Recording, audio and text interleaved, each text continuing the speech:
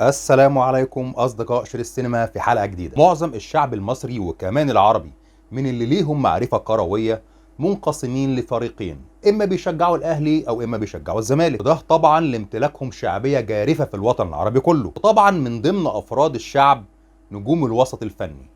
فتعالوا بينا نتعرف على انتماءاتهم الكروية، ومن غير كلام كتير كالعادة بسرعة نبتدي حلقتنا.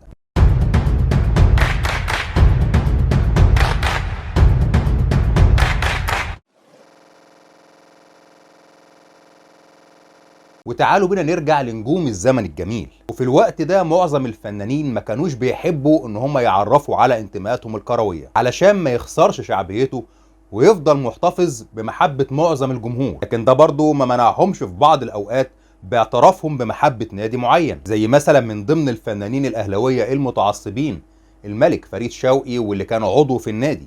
طب في البيت بنات حضرتك ايه؟ لا اهلاويه طبعا، ده كلهم بالامر. والعندليب عبد الحليم حافظ واللي كان بيحيي حفلات النادي في حالة الفوز. اهلاوي ولا زملكاوي ولا ترساناوي ولا اسماعيلاوي تبقى ايه؟ اهلاوي. يقابله من الناحية التانية المطرب الكبير فريد الأطرش واللي كان معروف بأنه زملكاوي متعصب كمان، وكمان الفنان صلاح ذو الفقار، وبينضم ليهم الفنان شكري سرحان واللي كان مرة كان له تصريح شهير. يعني ابن حضرتك اهلاوي ولا زملكاوي؟ مفيش حد يبات في بيتي الا اذا كان زملكاوي. وكمان النجم صاحب الدم الخفيف استيفان رستي بينضم ليهم ملك الكوميديا النجم اسماعيل ياسين. ما تزعلنيش، لازم يكون عندك مبدأ، زمالك وبس، الاهلي وبس. اهلي يا عم الله يحنن عليك. والقائمة تطول لأن عندنا كمان النجم أحمد مظهر والأستاذ فؤاد المهندس وصاحب مدرسة الكوميديا عبد المنعم مدبولي وكمان الفنان عبد المنعم إبراهيم. يقابلهم من ناحية المنافسة الكروية من الفريق الثاني الزعيم عادل إمام وكمان الفنان محمود ياسين والفنان القدير محمود المليجي. عشان اوريك بقى ان الاهلي عنده روح رياضيه عاليه، انا همد ايدي فيه واقول لك هارد لاك يا زمالك. بينضم ليهم الفنان سعيد عبد الغني والفنان الخلوق احمد عبد العزيز وكمان النجم الشقي احمد رمزي، وفوق كل دول بيجي النجم العالمي عمر الشريف واللي كان بيمتلك عدة صداقات داخل النادي. بينضم ليه المخرج الكبير يوسف شاهين. ايه العقليه اللي تخلي واحد يتولد ويقول لك انا زملكاوي؟ ليه زملكاوي؟ ليه ما تبقاش اهلاوي زي بقيه العالم؟ ليه؟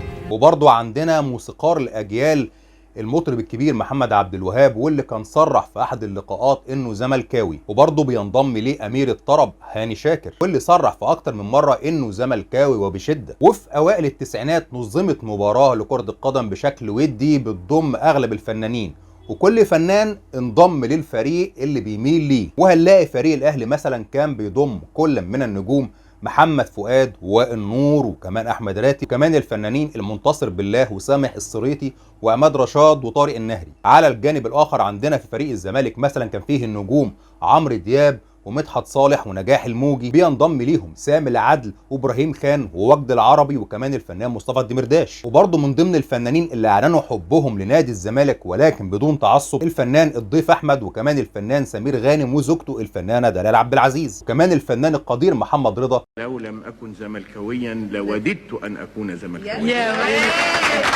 ضيف ليهم الفنان عزت ابو عوف رغم ادائه لكبير مشجعي الاهلي في فيلم الزمهلويه، وكمان الفنان صلاح عبد الله، وضيف ليهم النجم اللي اعلن اكتر من مره انه كان من اشبال نادي الزمالك قبل انضمامه للفن الفنان نور الشريف. وضيف عليهم برضه من ضمن قائمه نجوم الوقت الحالي النجوم احمد عز واحمد السقا ومحمد هنيدي وكمان الفنان سيد رجب والفنانه شيرين رضا. انا زملكاوي، بحب الزمالك جدا وبحب لعيبه الزمالك وبحب نادي الزمالك. وكمان هنضيف عليهم الكينج محمد منير وكمان النجمه ميرفت امين. ونيجي بقى للفنانين اللي اعلنوا بصراحه حبهم الشديد للنادي الاهلي، هنلاقي الفنان الراحل فاروق الفيشاوي وابنه الفنان احمد الفيشاوي وكمان الفنانه يسرى وكمان الفنانه ليلى علوي والمطربه شيرين عبد الوهاب وكمان الفنانه غاده عبد الرازق. هي في الكوره طبعا اهلاويه صميمه اهلاويه متعصبه كمان، وانا عارفه انت زملكاوي عايز ايه.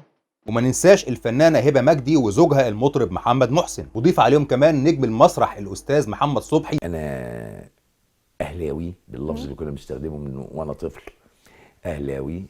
وكمان النجوم محمد حماقي وتامر حسني، وما نقدرش ننسى النجوم احمد حلمي وزوجته الفنانه منى زكي وضيف عليهم كمان الفنان القدير نبيل الحلفاوي اللي دايما بيعلن عن محبته للنادي الاهلي عبر حساباته. ضيف عليهم كمان من ضمن النجوم الكبار كريم عبد العزيز والفنان احمد فهمي واخوه الفنان كريم فهمي. اقول لك حاجه، كريم اخويا لحد برضه 19 سنه، وكريم بقى كمان كمل.